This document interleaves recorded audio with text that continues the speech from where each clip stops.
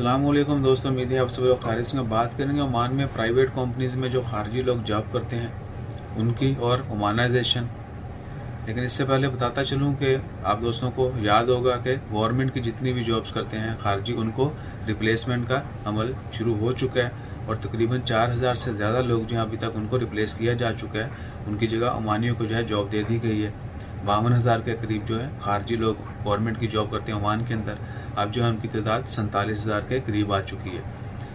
इसी तरह private sector में जो है वो भी एक्सपर्ट्स को, खारजियों को रिप्लेसमेंट का अमल जो है वो स्टार्ट कर दिया गया है। और आज मिनिस्ट्री ऑफ लेबर उन्होंने सोहार में डिफरेंट कंपनीज़ को जो है विज़िट किया और वहाँ पर नई जॉब्स क्रिएशन के हवाले से, खारजियों की जो जॉब्स हैं उनको ओमानियों के साथ रिप्लेस करने के हवाले से और देगर बिजनेस डेवलप करने के हवाले से जो है वो मीटिंग्स हुई।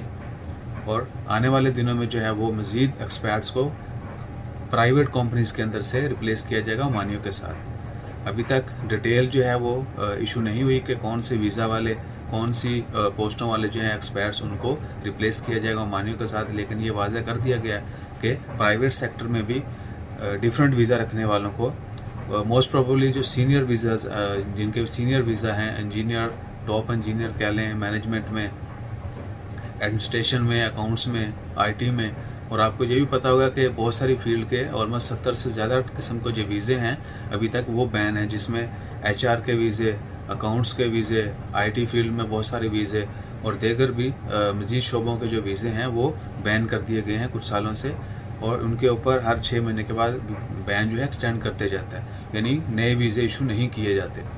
और दूसरा, गवर्नमेंट में आपको पहले बता चुका हूँ कि एक्सपर्ट्स को मुकम्मल तौर पर निकालने का ऐलान कर दिया है। प्राइवेट में जो है वो सिर्फ 30% अलाउ किया है कि सीनियर पोस्ट के ऊपर 30% जो है आपको अलाउ होगा एक्सपर्ट्स को रखना, बाकी सारे ओमानी जो हैं वो होना चाहिए।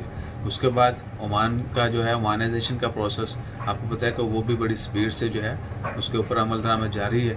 और मिनिस्ट्री ऑफ लेबर जो है आज उन्होंने सोहार में जिन जिन कंपनीज़ का विज़िट किया उनमें सबसे पहली कंपनी जो थी वो है सोहार इंडस्ट्रियल जोन में सबसे पहली जो कंपनी थी वो थी ओक्यू ग्रुप। उसके बाद सोहार इंडस्ट्रियल पोर्ट, फिर वायल ओमान कंपनी, उसके बाद जिंदाल शदीद आयरन एंड स्टील कंपनी और मजान इलेक्ट्रिसिटी भी जो है ये शामिल थी। इन कंपनीज़ का विज़िट किया और वहाँ पर ओमानाइजेशन को जो बढ़ाने के लिए और एक्सपर्ट्स को रिप्लेसमेंट करने के लिए नई जॉब क्रिएट करने का ऐलान किया गया।